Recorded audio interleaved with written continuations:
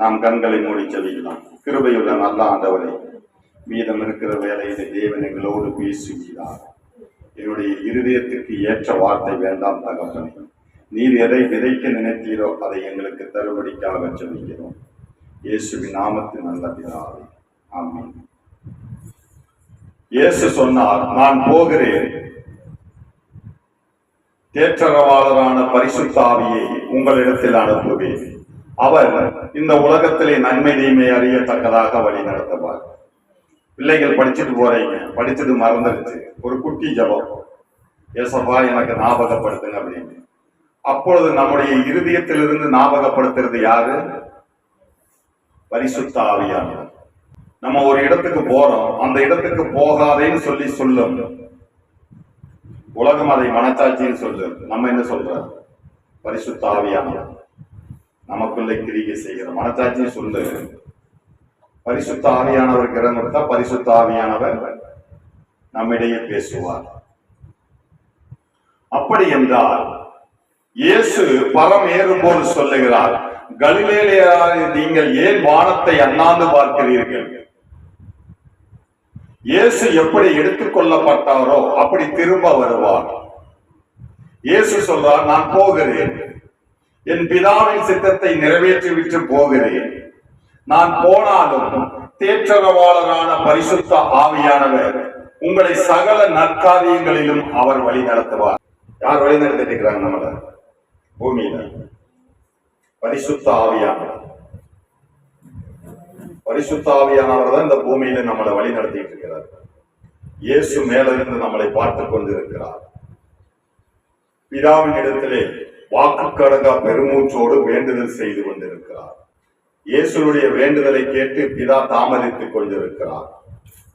நாம் இன்றைக்கு பார்க்கிற காரியங்களில் கர்த்தர் எனக்கு கற்றுக் கொடுத்ததை உங்களுக்கு கற்றுத் தருகிறேன். ஒரு சில நாட்களாகவே சில காரியங்களிலே நம்முடைய குடும்பத்திலும் சரி, வாழ்க்கையிலும் சரி, குழப்பமான சூழ்நிலையை பிசாசு கொண்டு வந்தாலும் தேவன் சொல்லுகிறார், எதை செய்தாலும் தேவன் நன்மைக்காகவே செய்கிறார்.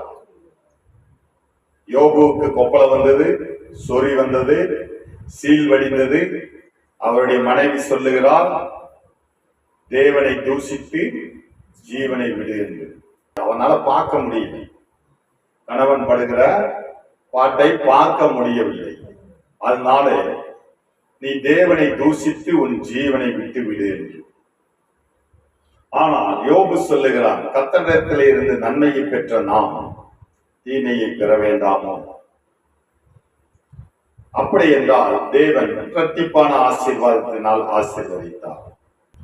அப்போஸ்தலர் நடவடிக்கைகள் 20ஆம் அதிகாரம் 35வது வசனத்தை வாசிங்க.